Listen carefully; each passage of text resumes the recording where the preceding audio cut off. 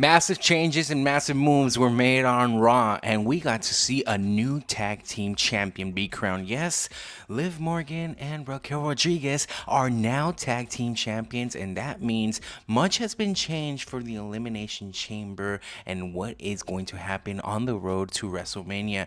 WWE isn't afraid to make some moves, especially when it comes to last minute. The Monday Night Raw before the Elimination Chamber, we got to see some good things happening, good storylines being developed, and good characters being shown out. Not just were there unpredictable things, there were unexpected turns and events that made us question what exactly will go down on the road to WrestleMania. Logan Paul is building up his heat. Yes, he's already hated. He is an Ohio kid, and we were in Ohio. And of course, he had to cut his promo, he had to do his doings, and just like that, the crowd was behind him. He was being hated all over. And who came out but to not only embark on a new storyline, but to show us that he is the people's people of everyone, the voice of the voiceless. Yes, CM Punk came out, and now we have a new storyline cooking. Logan Paul against CM Punk. Yes, we have to get CM Punk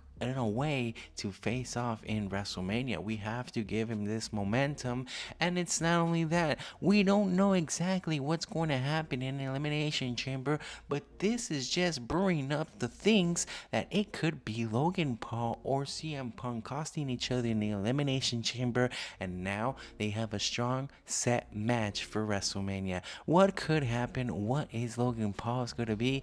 Is he going to face off against John Cena? CM Punk, there's already been rumors that he is definitely guaranteed a WrestleMania spot. He is one of the main promoters. He has his logo in the middle of the ring. So we know that Logan Paul is going to be there, and it has to shine bright. Who else will be his rival? CM Punk or John Cena? Pentagon Jr. continues his streak, and now he has picked up his first loss, but it was a triple threat, and that only means his storyline keeps getting bigger. Luke Kaiser was the one to pull up the win, and yes, this is the year of Luke Kaiser. We see new things happening, and these three men, don't forget the Butch, we have to say that they are all deserving. Yes, this new little scene of little luchador slash European mix-up, it is showing us that the WWE is not afraid to show what it's cooking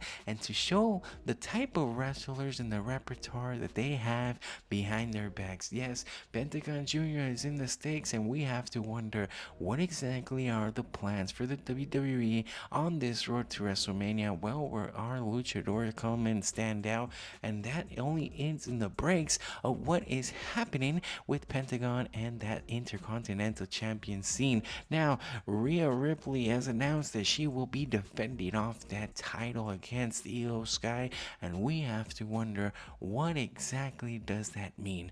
Of course, it was one of our favorites to see at WrestleMania. Many people had been commenting that they want to see Rhea Ripley against Io Sky at WrestleMania, but not being part of the Elimination Chamber, we now get to see a new path for both women. Will there be a surprise in a sense that for some reason Rhea Ripley loses her title to Io Sky, and now Io Sky is the one in WrestleMania, is the one to present herself and face off against the winner of the Elimination Chamber? Or is this just a divergency for us to pay more attention into each Raw building up to WrestleMania? Yes, it could be that, it could be a quick serve, but we're paying attention quickly and we're diving into exactly what kept happening in Raw. Now, thank you for watching Ringside Riffs. My name's Andres, and we're gonna keep on speculating and suspecting where we're heading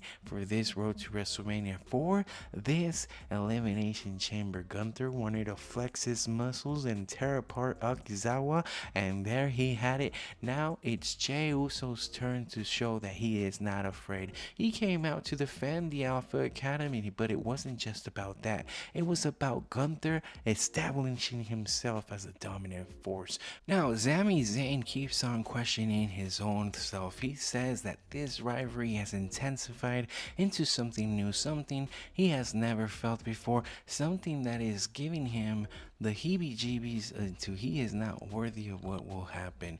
Kevin Owens, of course, is the man to proclaim that he will be destroyed. We've seen this rivalry multiple times. We've seen it in independent shows, in NXT, in WWE even, but now it comes to the stakes that there are no titles. There is an unsanctioned match, meaning that they are not gonna pay any insurance, any claims, any type of thing like that. What does that mean? It means there's gonna be a huge spot, there's gonna be a huge pop, and we're in Toronto, where it's the land of the Canada, and they are Canadian boys, so we have to expect Elimination Chamber to be big things. And just like that, we're gonna be diving into what could be happening. Elimination Chamber is gonna be so great that it has our feelings hit. Could this even be Sami Zayn's last match? Could he even be announcing his retirement? Will we never even get to see Sami Zayn as a world champion? And what does that stake? Now, Cody Rhodes came out and answered all the questions we were wondering. Will he be working for The Rock? Will he be The Rock's champion? Will he let The Rock puppeteer his every action and his every decision? And in the fact he stated that he was not willing to do that, The Rock came out again, pretty much stating, are you sure? Will you be sure? Will you be content with what they asked? It made perfect sense to what we were all stating. It made perfect sense to what we were all hoping and praying. But now it does leave the path to a Cody Rhodes versus The Rock, a Cody Rhodes versus a member that The Rock decides to put in. And that's pretty much exactly what they want to do. They want to keep us imagining of what they could be doing. Now, let's say Logan Paul does win the Elimination Chamber. Could they be selling his soul to The Rock? And there are so many pieces in play with this character that The Rock, the final boss, has been created, and how they are puppeteering it with Cody Rhodes. Now, Seth freaking Rollins did step out. He did mention that whatever you do, please do not go for The Rock. I helped you last year, and you owe me one. It should be just me and you. It should just be for the wrestling fans. But you are contemplating helping Roman Reigns, helping The Rock, being on this whole bloodline path. Have you lost your vision? And that's when we all need to take a break and say, does Seth freaking Rollins deserve this win? Does he deserve to be at WrestleMania? It could be the stakes. It could be shown. For the men's, it's a clear and honest path into Elimination Chamber. There's multiple spots. But for the women's, it was drastically changed when we got to see Raquel Rodriguez and Liv Morgan pick up the WWE Tag Team titles. They are now the champions. They beat Bianca Belair and Naomi. Naomi now looks very suspicious with this whole Jada Cargill and who took out the original partner of Bianca Belair. We're all speculating. We're all wondering it. It's been aroused multiple times, and now we're going into Elimination Chamber where we might even see Jade Cargill make up her huge appearance, make a huge pop. We might even see some more implementations of that, and that just literally for me lowers the bar of who these women will build up and who these women will win, because it is all about the storylines. It is all about what they're going to do and how they continue to portray. So we have to pay close attention to Elimination Chamber. Now, thank you for watching all the way. Let me know down below exactly what you've been thinking and who you've been following for Elimination Chamber, and I'll see you on the next time. Thanks for watching.